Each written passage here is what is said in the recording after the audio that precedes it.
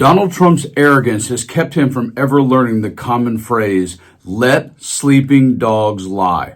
Like deranged Jack Smith. He's a sick son of a bitch. So biggest picture, huge win for Jack Smith, unequivocal win for Jack Smith. They forcefully reject Donald Trump's immunity arguments. There's really three major findings that the D.C. Court of Appeals makes here. First of all, they reject this notion of blanket immunity. They say it is not and cannot be that a president simply can never be charged for anything that happens during his time in office. Hey there, welcome back into another breaking story here at Occupy Democrats. And Donald Trump has gone after a lot of people because, of course, he's on record with Charlie Rose saying, yeah, I love getting revenge. Well, this is an example of how Donald Trump feels about attorney Jack Smith here.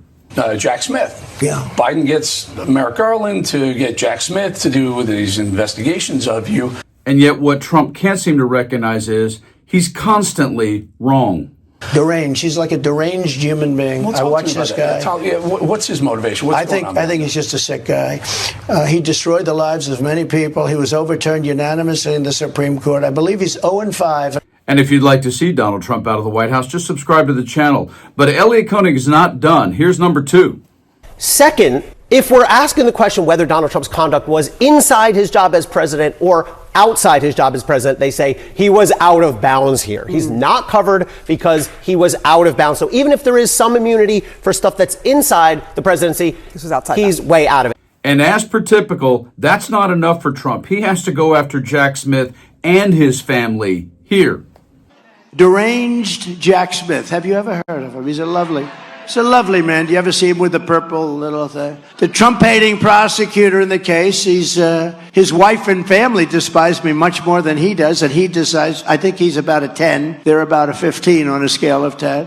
And yet there's still point number 3 of where Trump is out of bounds here. And then finally, they reject this, I think ludicrous, I think we discussed it at the time, argument that, well, a president can only be indicted if he has first been impeached by the House and convicted by the Senate. Remember, that led to the ridiculous hypotheticals about could a president order assassination? And so this Court of Appeals rejects that. So those are the three big prongs of this case. Well, Trump, you didn't let sleeping dogs lie. And in both the House and the Senate, Republicans demanded Jack Smith testify, but he demanded he'd do it in public. Like I said, you should have let sleeping dogs lie, because in this breaking story, here is key information from Jack Smith, live right now, breaking from Capitol Hill.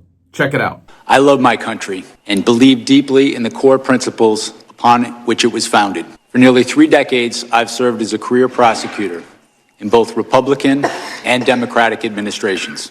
I've handled cases ranging from domestic assault and gang violence to public corruption and election crimes across the United States, and I've prosecuted war crimes overseas. I am not a politician, and I have no partisan loyalties. My career has been dedicated to serving our country by upholding the rule of law. Throughout my public service, my approach has always been the same: follow the facts and the law without fear or favor. Experienced prosecutors know that specific case outcomes are beyond our control. Our responsibility is to do the right thing, the right way, for the right reasons. These principles have guided me through my career, including as special counsel. During my tenure as special counsel, we followed Justice Department policies, we observed legal requirements, and took actions based on the facts and the law. I made my decisions without regard to President Trump's political association, activities, beliefs, or candidacy in the 2024 election. President Trump was charged because the evidence established that he willfully broke the law, the very laws he took an oath to uphold. Grand juries in 2 separate districts reached this conclusion based on his actions, as alleged in the indictments they returned. Rather than accept his defeat in the 2020 election, President Trump engaged in a criminal scheme to overturn the results and prevent the lawful transfer of power.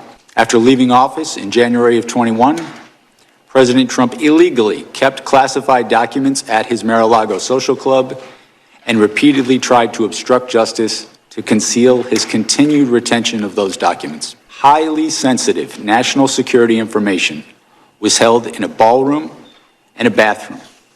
As I testify before the committee today, I want to be clear.